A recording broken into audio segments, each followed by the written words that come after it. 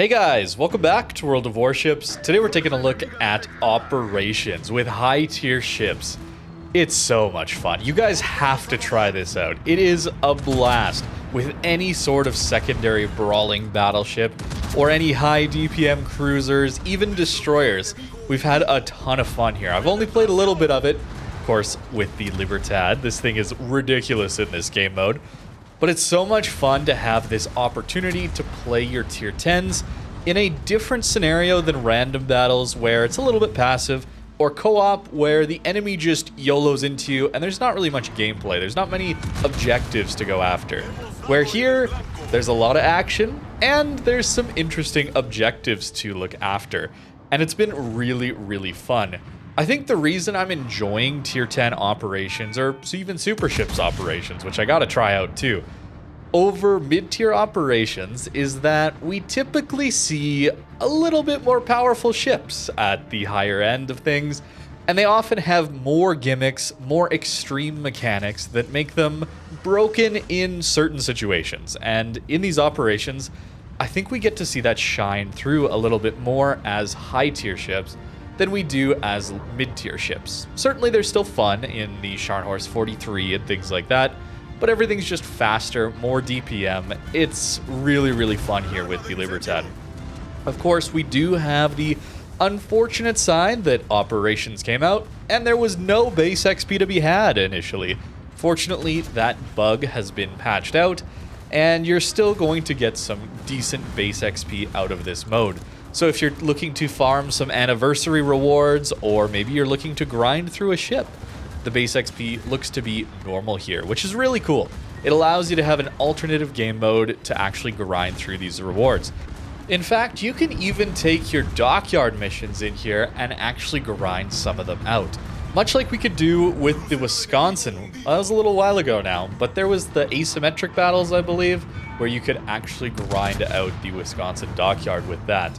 Here we can see operations giving us that opportunity as well, which is really nice to see. It makes it a lot easier to play this game for much longer. Random battles can be a little tedious over time, especially when people are trying to accomplish missions that are a little bit different than the usual, maybe forcing you to push in, play differently, and then the matchmaker just doesn't allow you to play in that style. Here though, you're going to get those missions done, and it's going to be fun doing so. To be fair, we're rocking some divisions here though, so I don't know about the solo queue or how many people will even be in the solo queue. I was doing this as just viewer divs in my Twitch stream, which was pretty fun, honestly. If you're interested in those, the links will be down below. And there's a second YouTube channel if you're interested in the live streams too. But here, pushing in, dealing with these Yoshinos and these DDs, it all looks like a great time. Until we deal with the torpedoes. Libertad does struggle with this a little bit, where we don't have a Hydro. Certainly Schlieffen would be excellent in this mode as well, and maybe even better thanks to its Hydro, and maybe those torps too.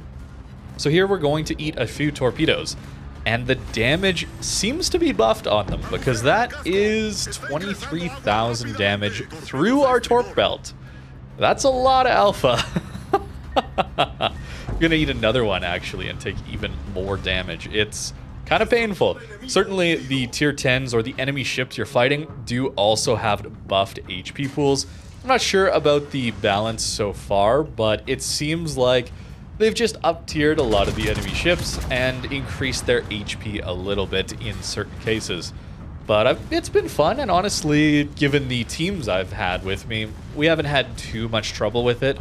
I don't really remember what these operations objectives were. I was basically just full sending it in and hoping for the best.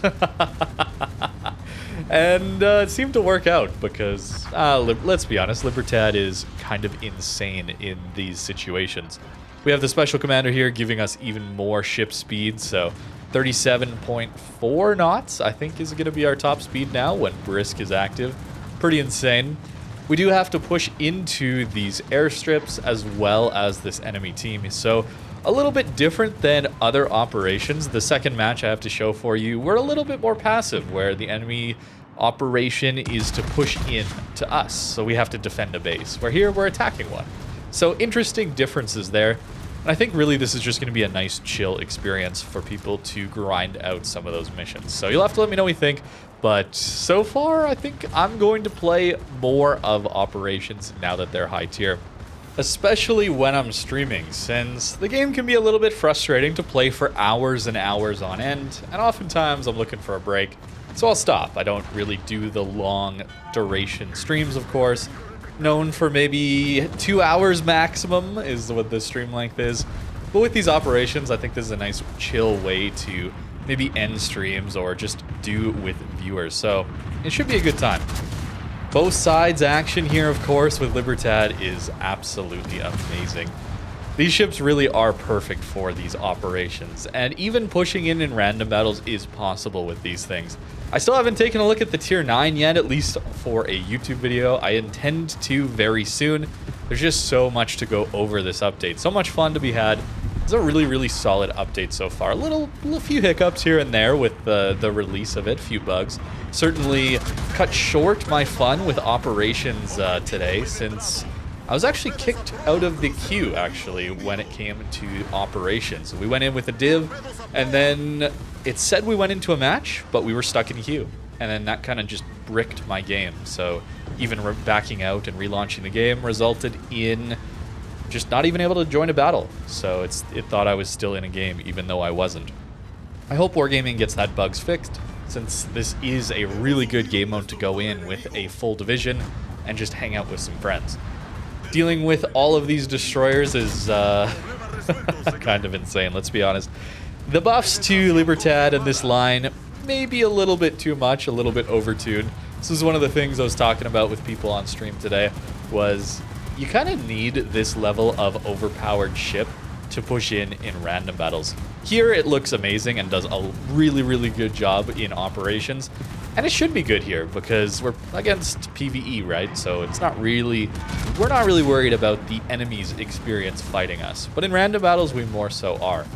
These ships unlock incredible ability to push in and deal with multiple targets at once. Just look here, for example. We're getting our secondaries on that other aerodrome, as well as dealing with this Azuma and this closer aerodrome. It's really, really impressive what they're able to do. They're very tanky and deal a ton of damage. We're already up to 430,000 damage in this one. Do be aware that some of your completion for your dockyard missions, the results are cut in half when you use Operations, because some of the damage values you get up to is pretty crazy. But these ships do feel a bit overtuned when it comes to how much they have going for them. But if Wargaming's goal is to have a ship class or a ship type that is able to push in and brawl without feeling like you're throwing your ship away and you're almost purposefully trying to lose the game for your teammates, because that's how it feels sometimes to push in certain battleships. It feels like it's just the wrong decision almost all the time. You almost need to make the ship overpowered if you want it to do that. Unfortunately, I think we're going to see a lot of these sitting at the back of the map and being impossible to kill, but I really like that these ships are in the game, to be honest with you. I fully agree, though, that they are extremely powerful, to pretty much overpowered if we're comparing them to other previous battleships. Look at that base XP, over 2,000 base XP in this one. That resulted in some decent credit and XP rewards. Notice I do not actually have any boosters on right now. I just happen to jump into the games without any boosters. That's the gray, blue, green, or red boosters, which would certainly buff things even further. So decent rewards here, although I do have a premium account, something to keep in mind. And then there's that personal merits, which might be a CC bonus. I'm actually not exactly sure. But the rewards are at least decent here, I think. I'll have to play it a bit more, of course, but I don't think it's going to feel like you're wasting your time and losing resources. I think it's going to be a nice chill time, and you're still going to gain resources. Might be interesting to actually try and grind through some lines with these Operations, now that they're actually going up to tier 10 and even super ships. You could maybe do that with a few of the mid-tier ones, but you know, you have to play the higher tier ones in randoms. So maybe this is a good option for those of you not enjoying higher tier randoms, but you want some of those higher tier ships. Dealing with this next game, though, it's all about defending this base. Again, I don't really remember the missions or things you need to do to accomplish a 5-star operation. Really just following my teammates around and shooting ships. It's really that simple, and it's just pure fun, I think. Amalfi just pushing in broadside, maybe a bit too much like co-op at times, where I'm not a huge fan of playing co-op because it seems like all the bots do is just push W key, and there's really not any positional tactical changes or anything like that you have to deal with. You know exactly what's going to happen. Everybody's going to push to the middle of the map, and then not really do much from there. At least here it seems like there's some different spawns, and certainly when you're pushing in, it's very difficult to avoid all of those torpedoes. I'm probably shooting too much HE in this one, by the way. Don't think of this as like how to play this ship, because I'm testing things out here, seeing how good it is to just HE spam out of these new battleships. I've talked about that in a few of the previous videos last week, that the HE seems pretty good, although here, well, we're missing a lot of targets. And this is actually a good example of the Libertad buff, or these combat instructions, using them early. And I was really advocating you guys wait on using these combat instructions until you have some accuracy built up on your main guns. But this is a really good way to use it early to get that 15 kilometers of range and start building up the accuracy if you know the enemies are going to continue to push into you. This Freddy is almost within range, the Elbing is definitely in range, and it allows us to start building that manual secondary accuracy up a little bit sooner. But look at this, we got all of our teammates here in a smoke. Colbert, just crazy DPM in this game. Also a Sherman. I mean, it's pretty fun, I gotta say. It's pretty fun to play like this from time to time. It's so different than random battles. It's just relaxed, ridiculous fun, I gotta say. So I definitely have to play this a lot more here. And you don't necessarily need to bring smokes and do all this sort of stuff. I think you should be able to complete this as randoms, although given my experiences in, I think, some of the D-Day operations, trying to 5-star some of those as just a random queue, like a solo queue in that, it was pretty challenging to try and solo that with some of those Atlanta builds. So maybe these are still more difficult than I'm thinking, and we just had some really good players in from the stream, but it didn't seem too bad. Maybe that's down to some of the tuning here, the number of ships or the type of ships in game. At least for this one, it felt like a lot of the enemy ships we fought were of lower tier than us. I guess they have a lot of HP, right? A Freddy having the same HP as like a GK. So maybe that's the balancing tweak, but we will see some higher tier ones. There's going to be some tier 10s and even a super ship later in this match. But maybe that needs to be worked on a little bit as well. I'm not sure actually how much went into converting these operations over for tier 10 super ships tier to allow them in here. I mean, look at this Amagi. Just absolutely melted. And I know it's not randoms, it's not PvP stuff, but I think this is some of the basic fun game modes that World of Warships needs more of. I think we already have enough with random battles in PvP, certainly ranked battles, clan battles, even Kings of the Sea if you really want to go that far on the competitive side of things. I'd like to see Wargaming focus a little more on this because they really have created a fun core game with all the surface ship combat here. Look at the insane DPM from the Colbert beside us, all the secondary fire. It looks good and it's really, really fun. I had a good time with this, so maybe if we had more of this, I don't know. Of course, that's a lot of dev work and splitting your dev time between the more popular mode of random battles and operations, which who knows how many people are going to be playing. I saw some screenshots of people showing quite a few people in queue, at least this week, but who knows how long that is going to last, right? But if they put more dev time into it, maybe more people are interested in it. A bit of a catch-22 here, where not sure which has to come first, right? Probably the dev time, if I had to guess. Or maybe this. Maybe this is a test right now to see how much people are interested in higher tier operations. People tend to look at this game, and I think their goals are often the highest tier ships in the line. At least that's how I feel about this game. Mid-tier can be fun, certainly, but sometimes the matchmaker giving you a lot of those up tiers where you're always facing 2 tiers higher than you is maybe not the most enjoyable. And of course, the most extreme ships are at tier 10. Colbert is here, the Sherman here. Look at how fast these guys are melting. Look at the firepower, it's so fun. So maybe there's just more interested in high tier, and we'll see more engagement in operations this time. Look at him just melting. I hope so, at least. I hope so. I really like the way this is currently for the game, and if we get some more new operations, different experiences, it could be really, really fun to have this addition to World of Warships and maintaining it as something that is a viable way to grind to higher tier, to get missions done on dockyards. Battle Pass, all that stuff is required to really get people interested in operations, I think. Because if you lock down any of these dockyard missions to just random battles, just PvP stuff, then people who want to finish off those dockyards, right? There's a lot of FOMO when it comes to dockyards. They're not going to play these modes at all. They're not going to be interested at all because they need to grind out their missions. And maybe they'd rather be playing these modes, but they feel like they'll miss out.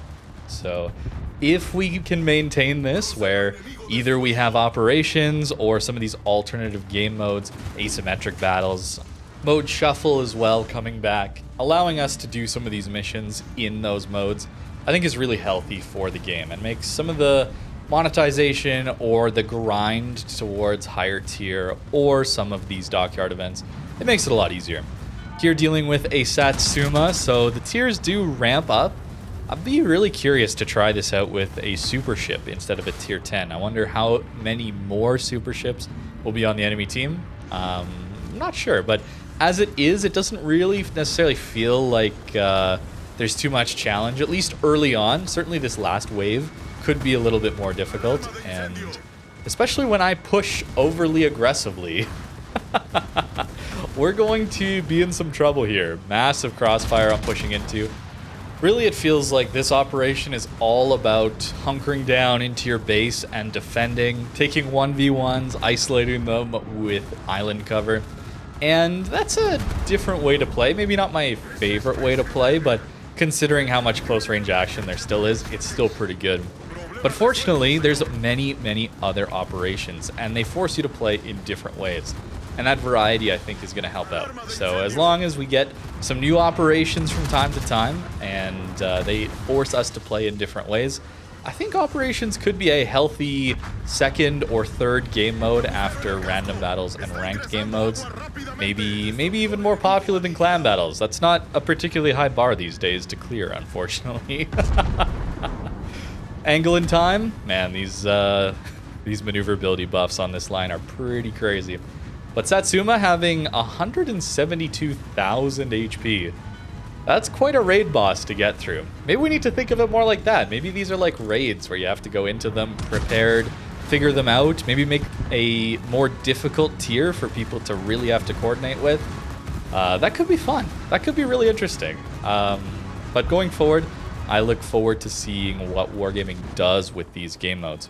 We do manage to take out the Satsuma, or at least our teammates managed to clutch up and save our life here. Really went overly aggressive on this one. But Libertad can handle it.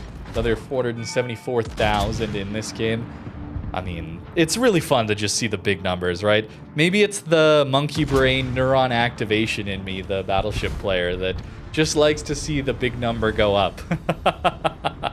And you don't always see that in random battles, with good reason, because it needs to be balanced. You can't just be one-shotting cruisers every single salvo every game. That's just not going to be a fun experience at all for the other guy. But in here, maybe you can make it work a little bit more. Preußen, the last one left, and we had to defend all our ships and all these shore mounts, I guess. So pretty close still, I guess, depending on how much focus we can take off our south battery here from the Preußen. And it looks like if you get close enough, the Preußen will turn his guns for you here, or the enemy AI. So there are ways, but maybe these games were closer than I thought, and we were close to losing, even though it felt relatively smooth sailing. But Preußen about to go down here, and one last F key for us. I mean, look at some of these HE hits, man. 3.6, 3.9k from some of these salvos. That's so much. Another 500k, 6 kills, a very well-deserved final kill for us. We clearly put a lot of effort into having our secondaries on him. And just take a look at this base XP here again. Pretty even split, and I think it means you should be getting some decent rewards. I would like to go in and play some more with higher booster levels just to see what the potential is here, but at least we're not losing credits. Although I guess I was playing a tier 10 and not a super ship. Might lose some credits playing super ships, but again, I'll have to test that out. And maybe throughout this video, you realized I did something bad. A bit of a do as I say, not as I do moment here. This is my main account, and it has an early access ship. Yeah, so I paid into early access here, and it's not my own money. That is very important here, and I still felt bad. It's literally doubloons I get for free, being a CC, and I spent 51,200 doubloons, which if we check up here, that's gonna be a little bit of money if I were to pay that. Normally, I would, I don't know. I think someone should take away my bank account or something. I'm not trying to flame you if you do, but that's a lot for early access. Even though these ships are kind of crazy, that's just 2 months of early access for these. And for me personally, just too much. But I did it because I really wanted to grind out these missions, these campaign or dockyard missions, these festive rewards on this account with this ship, because I'm having so much fun with it. But yeah, 51,250 doubloons for me to get it. I think Malta took around 40,000 doubloons, he said. So it's a little bit of variance there, but you do need to be aware that the costs go way up. And since we're here, may as well show you guys the commander build. It's still the same one I have been running here, although I'm already starting to feel like I want to change it. As always with these secondary builds, there's things I feel like I'm missing. Fire prevention being the main one here. I don't need concealment expert, especially for operations, but random battles, do I need 13 kilometer detect? But then maybe if I don't take detect, then I shouldn't have brisk. Like, there's so many decisions to make here. I do at least get up to 5 heals when we get 2 million potential damage, which shouldn't be too hard in this thing. But maybe we want to go 6 heals. There's a lot to decide here. Something else to notice that some people pointed out to me, close quarters combat should give you a 10% main battery reload when you use your combat instructions at 15 kilometers, right? It's all about a ship being within secondary range, right? So maybe this is the best ship to take this on, because you can activate it whenever someone's spotted within 15 kilometers of you if you're using your combat instructions. Although I do think generally our damage should be focused more on our secondaries here, at least on the commander, and maybe not on a 10% reload buff, a situational 10% reload buff to our main guns, since they're all right, but I think you saw in this video alone just how inconsistent they can be, even against bots. I did switch over to steering gears here for a little bit, but I really felt like I was burning down too quickly. But the maneuverability is crazy at 10.9 second rudder shift, something like that. It's silly. It's like cruiser rudder shift. It's crazy. And you get the propulsion now with Vermont. There's a lot here, man. There's a lot here. And to be clear, I do think this ship is, if we look at it in comparison to other ships in the game, yeah, it's overpowered for sure. I'm not going to argue that. But if our goal is to build a ship or add a ship to the game that incentivizes you to push in without you feeling like you're just going to die for free, not do anything, and you're costing your team the game, you're actively hurting your teammates by pushing in like that, then you kind of have to make it overpowered to make that work, right? I don't know. That's just my thoughts right now. Still early days with this thing, but certainly a lot of tools here. And throw it into some operations. There's a ton of fun to be had. Thank you very much for watching, and have a great rest of your day.